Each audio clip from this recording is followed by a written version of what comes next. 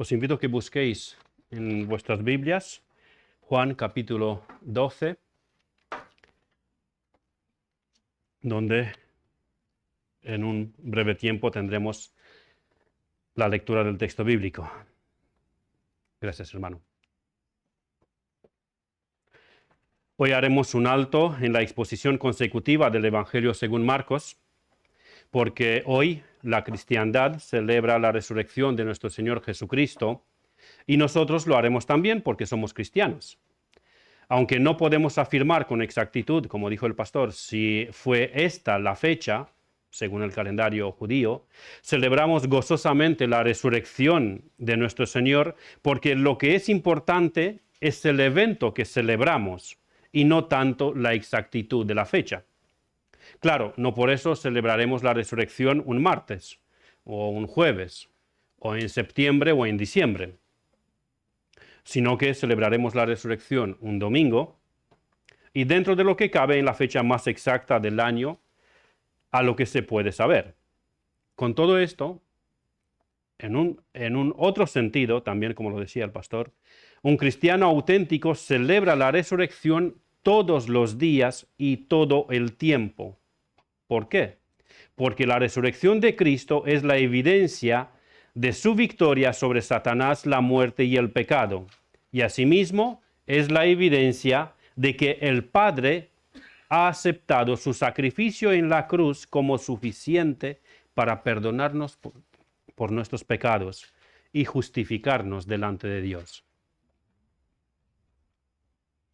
Un cristiano celebra la resurrección de Cristo todos los días porque ha puesto su confianza en un Salvador vivo, un Salvador que venció en debilidad en la cruz, pero selló su victoria resucitando con poder divino para posteriormente sentarse a la diestra de la majestad y de ahí interceder por nosotros y ayudarnos en nuestras debilidades, temores, flaquezas e inseguridades.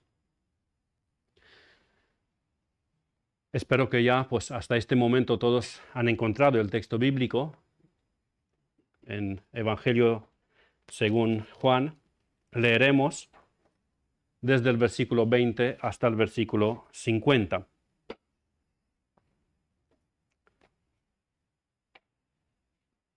Dice así la palabra de Dios.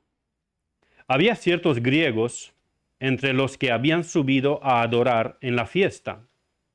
Estos, pues, se acercaron a Felipe, que era de Bethsaida de Galilea, y le rogaron, diciendo, Señor, quisiéramos ver a Jesús.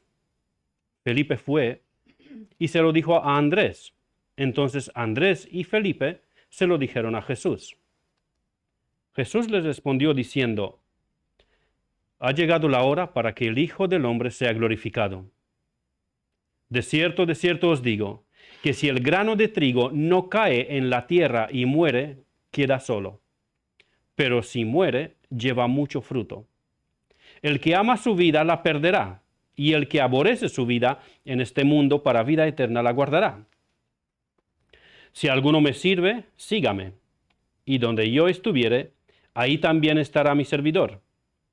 Si alguno me sirviere, mi Padre le honrará. Ahora está turbada mi alma.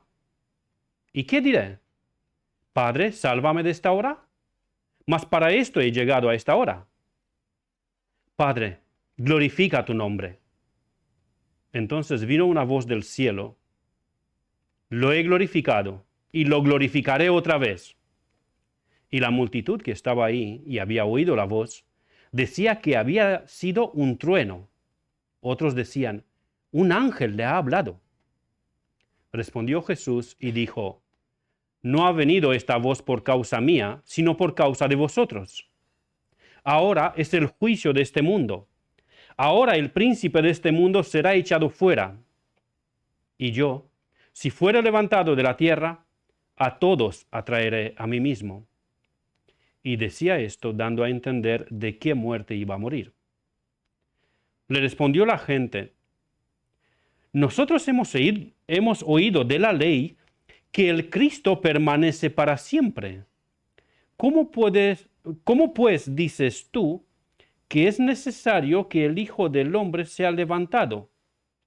¿Quién es este Hijo del Hombre? Entonces Jesús les dijo: Aún por un poco está la luz entre vosotros.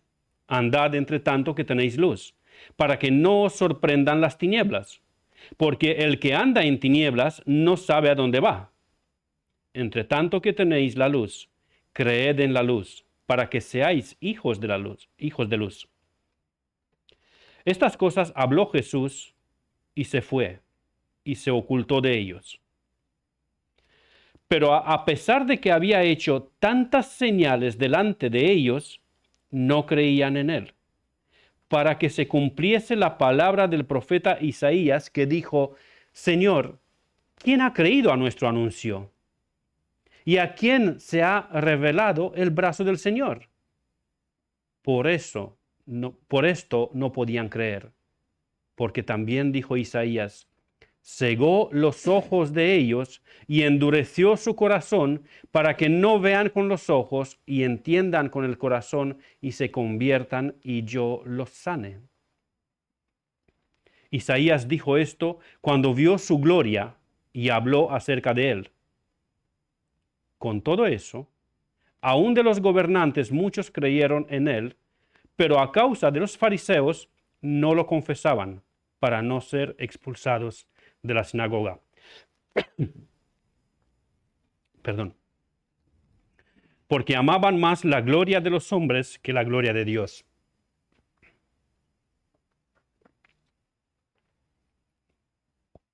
Jesús clamó y dijo: El que cree en mí, no cree en mí, sino en el que me envió, perdón. Y el que me ve, ve al que me envió. Yo, la luz, he venido al mundo para que todo aquel que cree en mí no permanezca en tinieblas. Al que oye mis palabras y no las guarda, yo no le juzgo, porque no he venido a juzgar al mundo, sino a salvar al mundo. El que me rechaza y no recibe mis palabras, tiene quien le juzgue. La palabra que he hablado, ella le juzgará en el día postrero.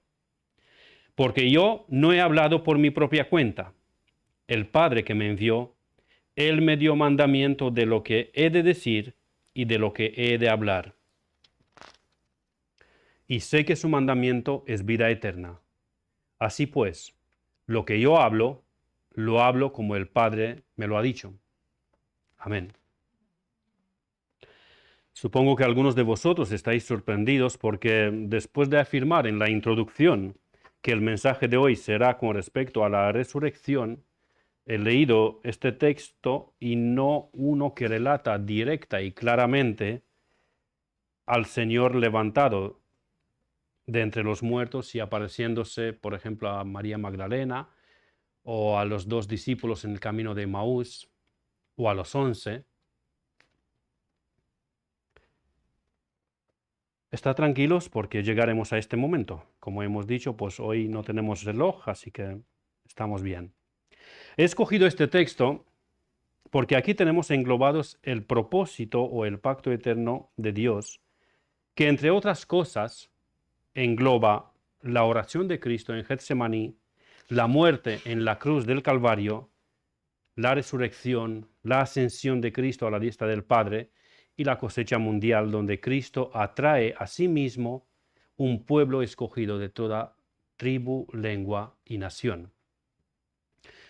Así que, sentaros cómodamente porque despegamos. No expondré, tranquilos, que no expondré el texto versículo por versículo, porque no me llegaría la tarde para eso. Así, solamente abordaré los temas mencionados en el título, Getsemaní, Gólgota y la resurrección, porque hoy la predicación no va a ser expositiva, sino temática. El momento relatado en el texto que hemos leído ocurre en alguno de los días de la semana de la pasión de nuestro Señor. No podemos afirmar con exactitud en qué día de la semana, pero yo estoy inclinado a pensar que fue el mismo jueves, quizá por la mañana, antes de que el Señor enviara a esos dos discípulos para preparar la Pascua. El primer punto del mensaje, Getsemaní, la oración de Cristo en Getsemaní.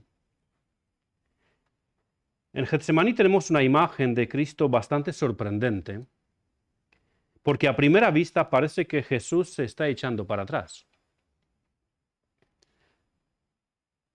Como si el sacrificio le pareciera demasiado grande y por eso está angustiado y su alma está turbada. Para avanzar más rápido, he puesto hoy casi todos los textos en pantalla. Mateo 26, de 36 al 38. Entonces llegó Jesús con ellos a un lugar que se llama Getsemaní, y dijo a sus discípulos: sentaos aquí, entre tanto que voy ahí y oro. Y tomando a Pedro y a los dos hijos de Zebedeo, comenzó a entristecerse y a angustiarse en gran manera. Entonces Jesús les dijo: mi alma está muy triste, hasta la muerte. Quedaos aquí y velad conmigo. El estado de ánimo de Jesús, por decirlo de una forma, ya había sido revelado en el texto que habíamos leído, en Juan 12. Si os acordáis, habíamos leído en el versículo 27, ahora está turbada mi alma. ¿Y qué diré? Padre, sálvame de esta hora. Mas para esto he llegado a esta hora.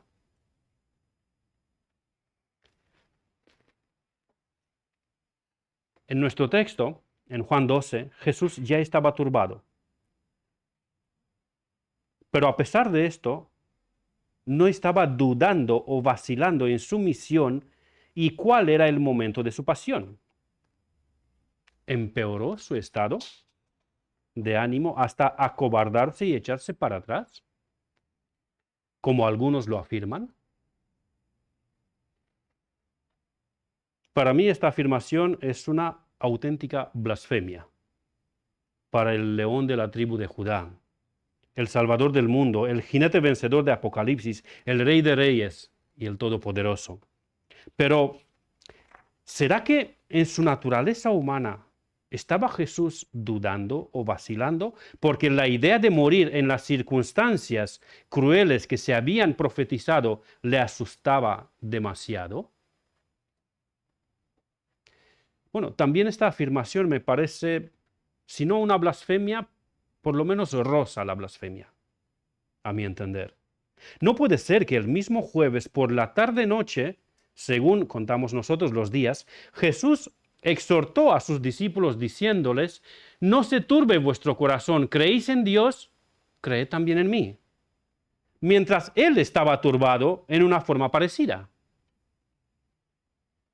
Si Jesús le dice a los discípulos: no se turbe vuestro corazón, pero él está turbado, ¿cómo entendemos esto? No puede ser que se tratara de la misma forma o la misma razón para ser turbado. Tiene que ser una razón diferente de turbación. Los discípulos estaban turbados por falta de fe. Creed también en mí, les dice el Señor Jesucristo. Mientras Jesús sabía claramente quién era Él, cuál era el propósito eterno de Dios, cuál era su papel en ese propósito, cómo había de sufrir haciendo expiación por los pecados de su pueblo y cuál sería el final glorioso tanto suyo como los de su pueblo, su iglesia. La turbación de los discípulos era por falta de fe, pero la turbación de Cristo era porque Él, el Santo de Dios, habría de tomar nuestros pecados sobre Él haciéndose pecado. La turbación de Cristo era también porque desde la eternidad pasada, por decirlo de una forma, había coexistido en perfecta armonía, amor y felicidad en el seno de la bendita Trinidad, pero ahora había de tomar la copa de la ira de Dios hasta la última gota y experimentar la santa ira de su Padre. Es imposible que la turbación de Cristo sea simplemente una turbación semejante a la de sus discípulos y la nuestra. No negamos que en su naturaleza humana, Cristo se sentía triste por la traición de Judas, el abandono de los 11 discípulos, que era inminente, el rechazo de los de su nación y los sufrimientos que se acercaban. No estoy diciendo que todo esto lo dejó indiferente, porque en verdad creo que todo eso, todo este peso emocional y todas esas traiciones aumentaron su sufrimiento. Lo que estoy diciendo es que no fue esa la razón principal de su turbación, sino lo mencionado anterior, es decir, el horror de la suciedad del pecado y la copa de la ira de Dios que le esperaba. Durante todo su ministerio terrenal, Jesús había demostrado un control y una seguridad absoluta en lo que era todo el sufrimiento físico, mental, emocional y espiritual por cual había de pasar, y en múltiples ocasiones había profetizado los detalles de su pasión. De hecho, desde su encarnación, Cristo estuvo sufriendo no solamente las limitaciones de un cuerpo humano, sino también las debilidades y los efectos de la caída en pecado de Adán. Aunque Él fue concebido sin pecado, la maldición del pecado le afectaba por vivir en un cuerpo humano que envejecía, se deterioraba, se cansaba, se enfermaba, etc. Pero tal como el comentarista William Hendrickson afirma, inicio la cita, ahora, más que nunca antes, pesaban sobre él los dolores de la muerte, no solo la muerte física, sino de la muerte eterna en lugar de su pueblo. Por eso es que habla de tristeza de muerte, tristeza hasta la muerte, perdón. Fin de la cita. En Getsemaní, Cristo no se acobardó ni rehusó seguir sometiéndose al Padre. En Getsemaní, Cristo no se asustó ante la inminencia de la muerte cruel que había de sufrir, sino más bien en Getsemaní, Cristo tuvo que agarrar la copa de la santa y justa ira de Dios y beberla hasta la última gota. En Getsemaní, Cristo, quien era Dios santo, santo, santo, tan limpio de ojos que no podía mirar el pecado, tomaría sobre él todos los pecados y las rebeliones y las inmundicias de su pueblo, razón por lo cual se identificó con su pueblo y se hizo anatema, maldito de Dios. En Getsemaní, Cristo confirmó cuán aborrecible, sucio y repugnante es el pecado para su santidad perfecta. En Getsemaní, Cristo continuó sometiéndose voluntariamente a la perfecta voluntad de su Padre, al perfecto plan diseñado desde la eternidad, y sabiendo que no existe posibilidad de salvación para su iglesia si Él no toma sus pecados sobre Él, sabiendo que si Él no toma la copa de la ira de Dios para beberla hasta la última gota, Cristo selló su sumisión perfecta al Padre y el amor para con los suyos hasta el fin, concluyendo con la oración. Padre mío, si no puede pasar de mí esta copa sin que yo la beba, hágase tu voluntad. Por supuesto, no pretendo yo haber descifrado el misterio de Dios en el huerto de Getsemaní.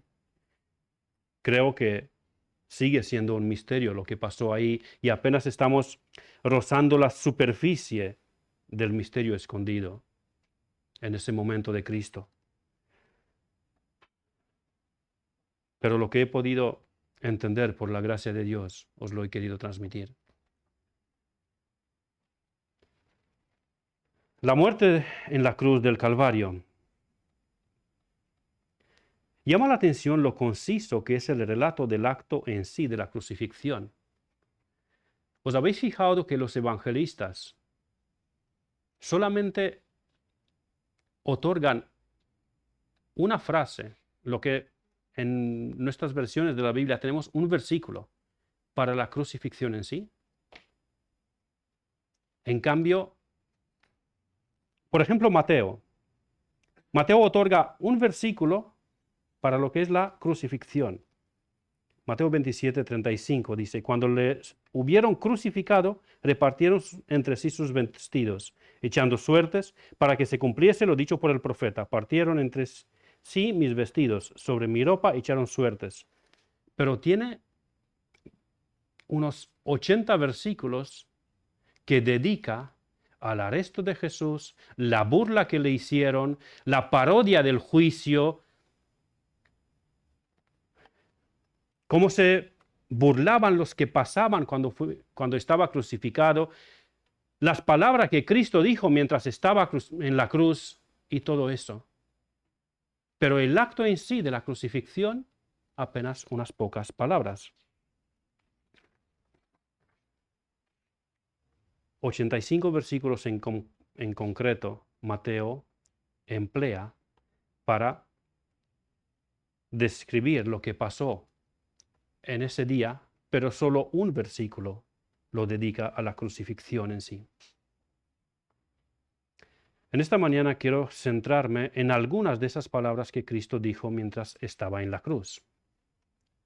Una de ellas la dijo, leyó Lucas, mejor dicho, recitó, memorado este versículo. Y Jesús decía, Padre, perdónalos, porque no saben lo que hacen. Y repartieron entre sí sus vestidos, echando suertes. En esta oración vemos una vez más el amor perfecto e infinito de nuestro Señor, quien intercede por los que le crucificaban. No porque cometían ese pecado inconscientemente, sino porque no se daban cuenta de la magnitud y gravedad de su pecado, dando muerte al dador de la vida y en la manera en que lo hicieron. Hemos afirmado muchas veces que el decreto eterno de Dios no elimina la culpabilidad y la responsabilidad del ser humano. Y ahora lo volvemos a hacer. Porque esta verdad es ampliamente resaltada en esta oración de Jesús. Sí, estaba en el decreto eterno de Dios que Cristo tenía que morir, y en esas circunstancias. Pero los que le crucificaron, los que hicieron esa parodia de juicio, los que tramaron contra él, no fueron inocentes. Sí, su muerte estaba en el decreto eterno de Dios, pero cada uno de los actores que participaron en ese pecado abominable fueron culpables y responsables de lo que hicieron. Su muerte en la cruz, la burla de la gente, la crueldad de los soldados y burladores había sido decretada desde antes de la fundación del mundo en el decreto eterno de Dios y asimismo profetizado detalladamente en el Antiguo Testamento y por Jesús mismo. Pero vemos que el decreto, la providencia y la soberanía de Dios en el sacrificio de Cristo no elimina la culpabilidad y la responsabilidad de cada uno de los que han participado en alguna manera en su crucifixión. Y mucho menos elimina nuestra culpa, porque en definitiva fuimos nosotros, tú y yo, quienes crucificamos a Cristo e hicimos que tuviera que soportar Él la ira de Dios por nuestros pecados y rebeliones.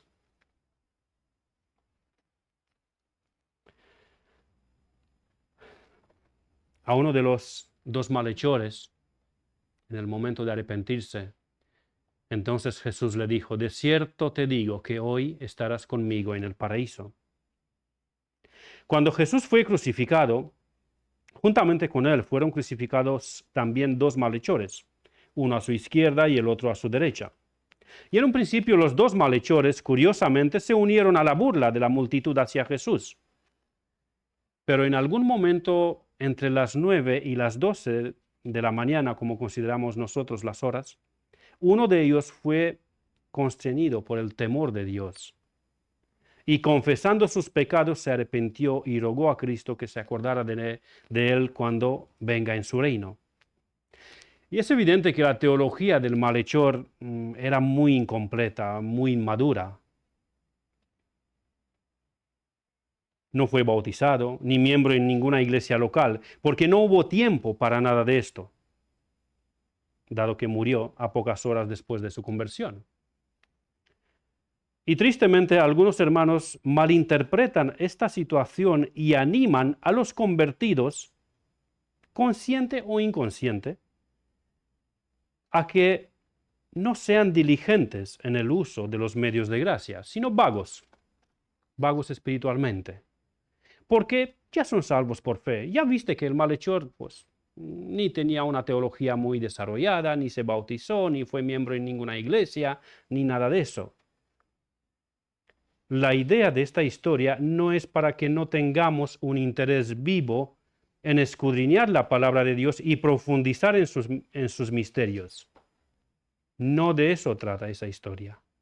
La enseñanza de esa historia no es para que seamos descuidados en cumplir los mandamientos del Señor y comprometernos seriamente con una comunidad local de creyentes.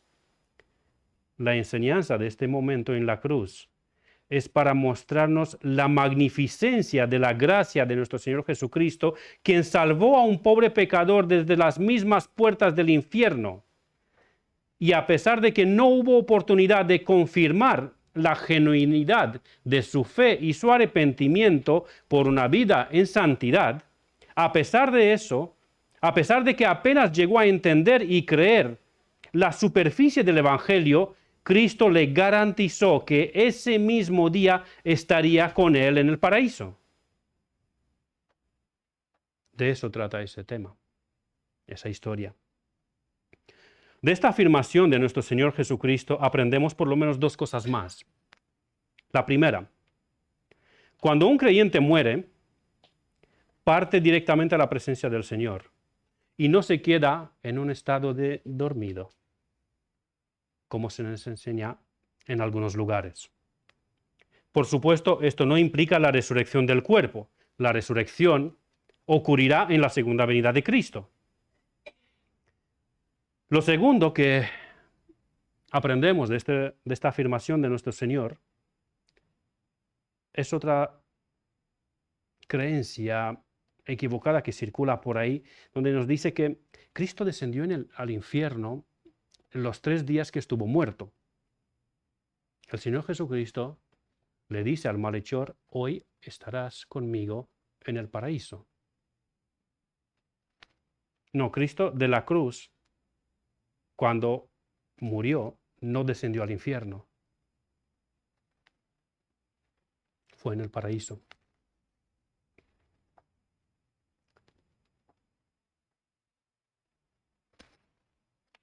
Un argumento más para esto, en Lucas 23:46, Jesús, clamando a gran voz, dijo: Padre, en tus manos encomiendo mi espíritu.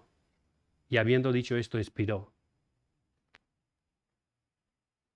Algunos argumentan en contra de esto, alegando que Jesús le dijo a María Magdalena que no lo tocase, porque aún no había subido al Padre. Eso lo encontramos en Juan 20:17. La idea ahí no es de no tocarlo en absoluto, porque a los discípulos, y especialmente a Tomás, le invitó a que lo tocase. ¿Os acordáis, no? Cuando digo, toca, pon tu mano en mi costado y convéncete que soy yo. Ernst Sproul escribe en su comentario a pie de página en la Biblia de la Reforma lo siguiente con respecto a esto. No hay nada impropio en tocar el cuerpo resucitado de Jesús, y el aspecto continuo del imperativo griego sugiere que María está tocando a Jesús, quizá aferrándose a Jesús en reverencia. Y en el versículo 27, de ahí de Juan 20, Jesús invita e incluso ordena a Tomás que lo toque. Jesús le recuerda a María que él no solamente está recuperado, sino resucitado. Ella no necesitaba aferrarse a Jesús como un ser terrenal que ha resucitado. Más bien, ella debía reconocerlo como aquel cuya resurrección lo marca como Señor y Cristo, quien pronto ascenderá a la diestra de su Padre en el cielo. La clase de relación con él la clase de relación con él que sus amigos disfrutaron hasta ahora no podría permanecer igual. Existe una intimidad continua, sin duda, pero no del tipo anterior. Fin de la cita. Sintetizar el comentario del hermano Sproul, aún no he subido a mi Padre, hace referencia a su ascensión en cuerpo glorificado a la diestra del Padre. Y no me toques tiene que ver a que no se aferre a él de la manera en que lo habían hecho antes de su muerte y resurrección.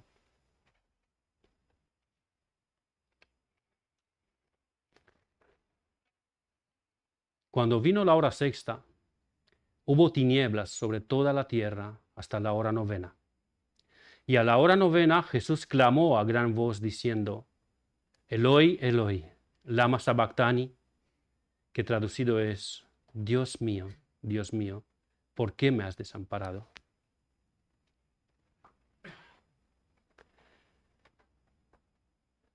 Confieso que no soy capaz de explicar este versículo. No sé si alguien puede explicarlo. No sé qué fue lo que ocurrió durante esas 3 horas de oscuridad, pero fue el clímax de la agonía de Cristo, cuando el Padre derramó su santa ira sobre él, porque había sido hecho pecado. En estas 3 horas de oscuridad profunda, sobrenatural, a mediodía, las profundidades del infierno fueron sobre el Santo de Dios hecho pecado. Escribiendo sobre estas 3 horas de oscuridad profunda, Hendriksen afirma, el infierno fue al Calvario aquel día, y el Salvador descendió a él y cargó con sus horrores en nuestro lugar.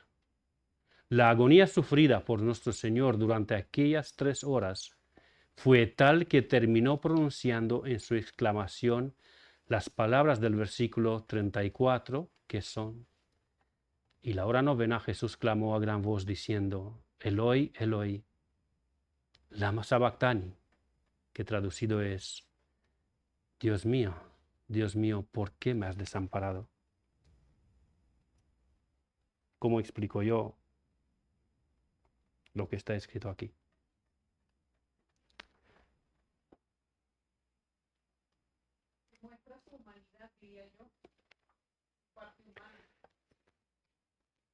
No va por ahí, pero bueno, seguiremos. Cualquier intento de entenderlo y explicarlo parece que acaba en blasfemia. Dios no puede ser abandonado por Dios. Hubo un tiempo en cual yo en mi necedad afirmaba eso, que en ese momento Dios el Padre abandonó a Dios el Hijo. Pero Dios es inmutable. Dios no puede dejar de ser Dios. La Trinidad es una unidad perfecta y perpetua. No puede ser que cambie. Si Dios cambia, entonces no es inmutable.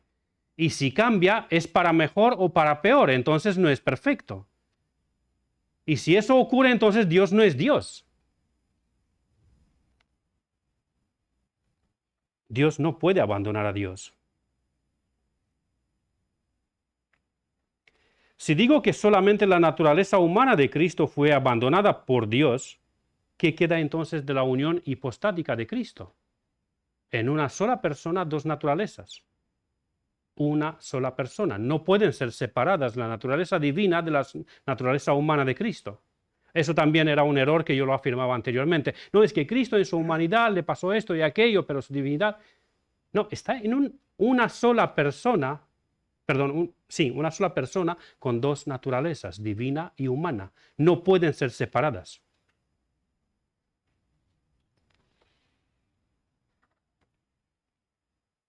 No sé cómo entenderlo ni cómo explicarlo. Solo puedo deciros lo que no significa. no significa que la armonía y comunión perfecta en la Trinidad fue alterada por dos motivos. Dios es inmutable y por eso la armonía y comunión perfecta en la Trinidad no fue alterada ni afectada. Él es el mismo ayer, hoy y por los siglos. Y la segunda razón, si la armonía en la Trinidad hubiese sido alterada, entonces Dios no es perfecto porque cambió para bien o para mal, y si no es perfecto, entonces no es Dios.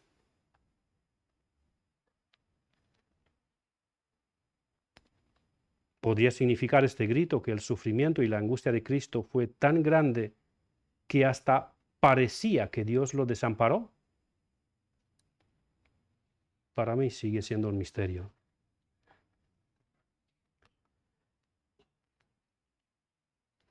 Perdón, sí, me había olvidado pasar estas diapositivas. Cuando Jesús hubo tomado el vinagre, dijo, consumado es. Y habiendo inclinado la cabeza, entregó el Espíritu. Consumado es, qué gloriosa y bendita expresión. En griego era tetelestai. En tiempos de Jesús, tetelestai se usaba para indicar que algo había terminado, completado o pagado. Por ejemplo, se usaba cuando un siervo terminaba su tarea, o un artista terminaba su obra, o una deuda era pagada completamente. El siervo sufriente de Jehová había terminado su tarea, había cumplido perfectamente la obra que el Padre le había dado. La deuda por nuestras rebeliones y pecados fue completamente liquidada por nuestro Señor. Tetelestai, he cumplido tu obra. En Juan 17, versículos 4 y 6, el Señor Jesucristo en la oración sacerdotal dice lo siguiente: Padre, yo te he glorificado en la tierra. He acabado la obra que me diste que hiciese. ¿Cuál era esa? He manifestado tu nombre a los hombres que del mundo me diste. Tuyos eran, y me los diste, y han guardado tu palabra. Tetelestai, ha pagado la deuda adquirida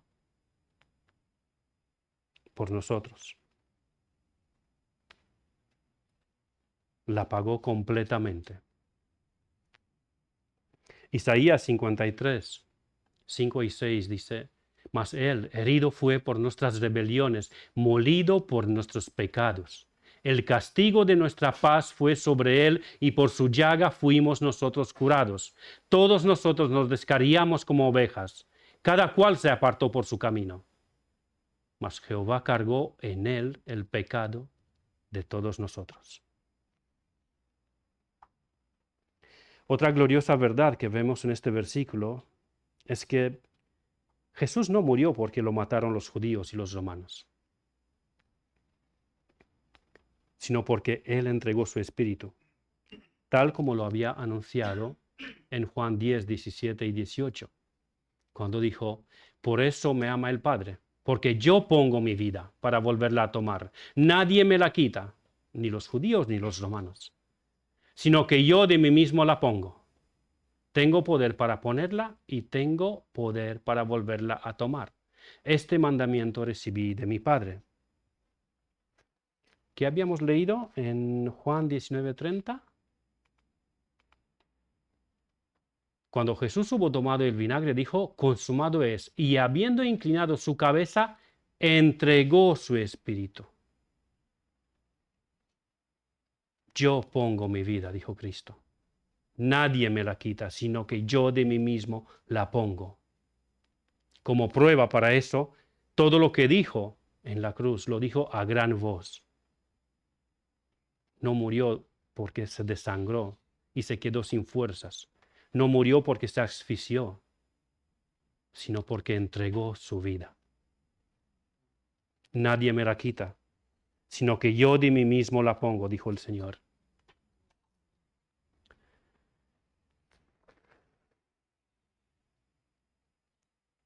En varios momentos antes, los judíos quisieron matar a Jesús, pero nadie pudo hacerlo, porque nadie tenía poder sobre su vida. Una vez quisieron apedrearlo, otra vez quisieron tirarlo por un barranco, pero no pudieron.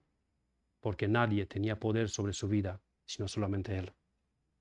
Y ahora, cuando su hora ha llegado, aunque los judíos no quisieron que fuera durante la fiesta de la Pascua para que no hubiese alboroto en el pueblo, Jesús dijo, tiene que ser ahora, durante la fiesta de la Pascua. Los judíos no querían que sea durante la fiesta de la Pascua para que no haya alboroto, porque luego los romanos van a enviar sus ejércitos y va a haber mucha mortandad. Esperemos que pase la fiesta. Pero Cristo dijo, ha llegado la hora.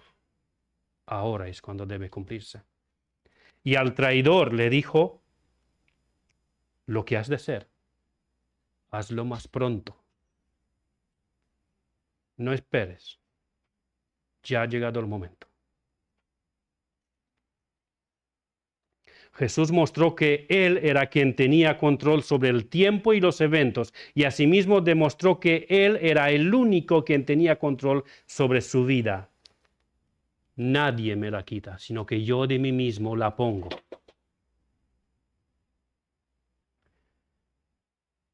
La resurrección de nuestro Señor Jesucristo es el último punto de este mensaje.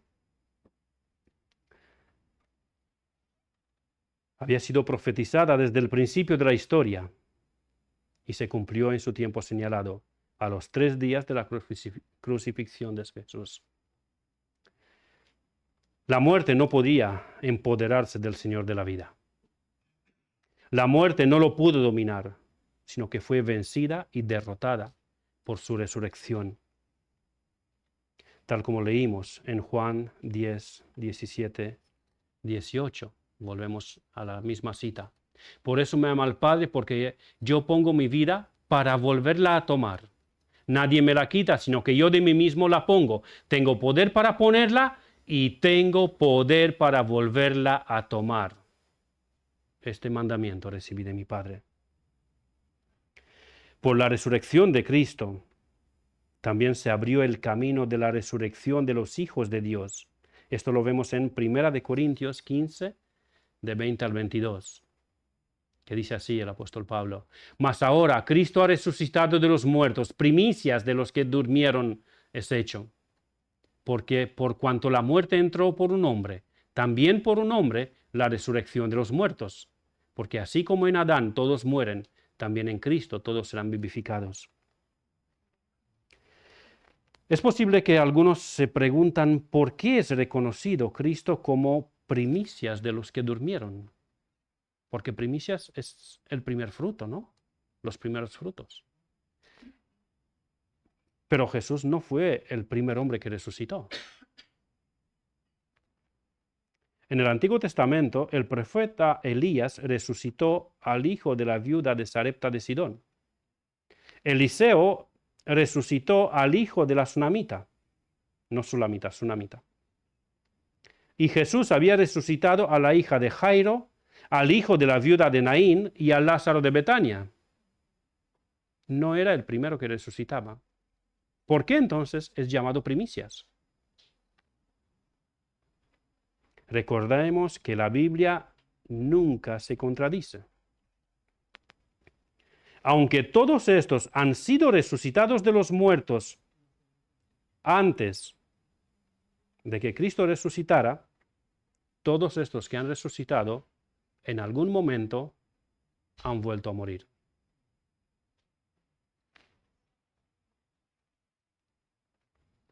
Pero Cristo resucitó venciendo a la muerte y abrió así el camino a todos los que creen en Él, para que aunque mueren, pasen de muerte a vida.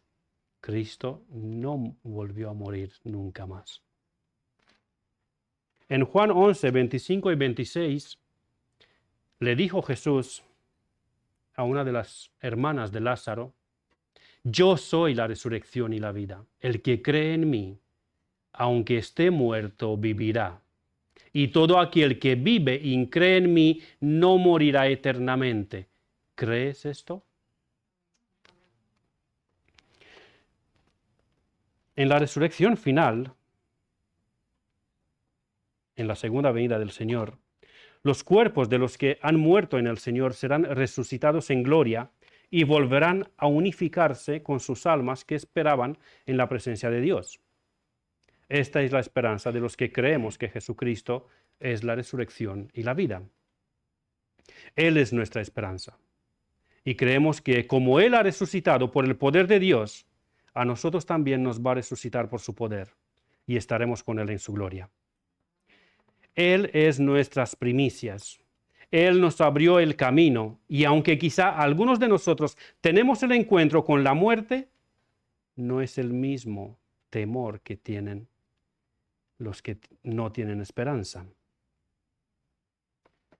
El instinto de supervivencia lo tenemos todos los seres humanos.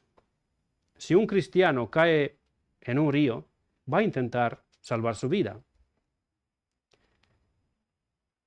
Si un cristiano se encuentra en un incendio, va a intentar salir. Si un cristiano vive en un país o zona de conflicto, ese cristiano busca la posibilidad de salir de ahí y refugiarse en un lugar donde hay mayor seguridad. Todo eso es normal. Y reconocemos que en cierta medida nos asusta la muerte, pero no de forma desesperada como a los incrédulos. Reconocemos que muchos de nosotros no somos tan valientes y firmes en la fe. Y si pensamos en la muerte, sentimos cierto temor.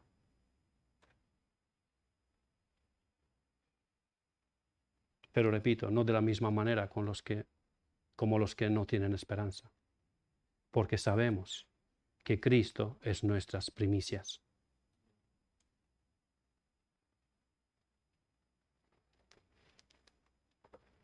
Él venció la muerte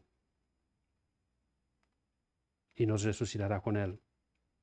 La resurrección de nuestro Señor nos abrió el camino a la vida eterna en su presencia.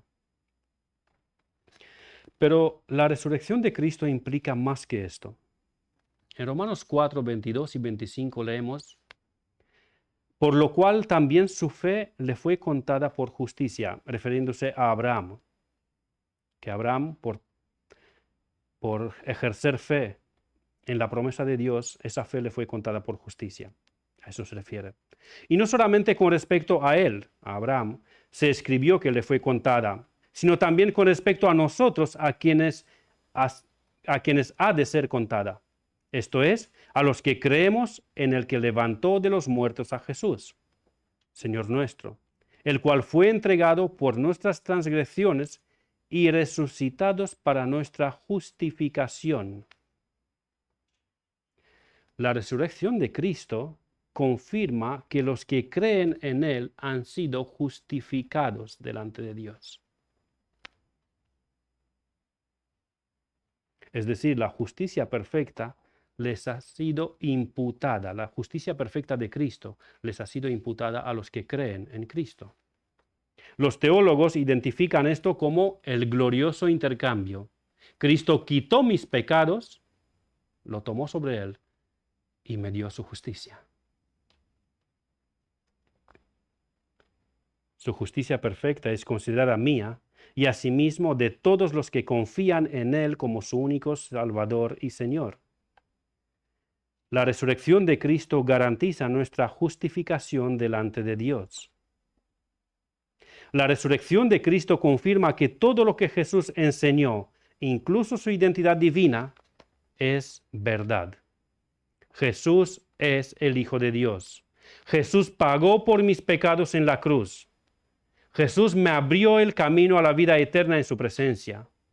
Jesús me justificó delante de su Padre. Jesús vendrá en gloria y resucitará nuestros cuerpos y estaremos con Él para siempre. Y la mayor prueba de todo esto es la resurrección de Cristo Jesús. Su tumba está vacía.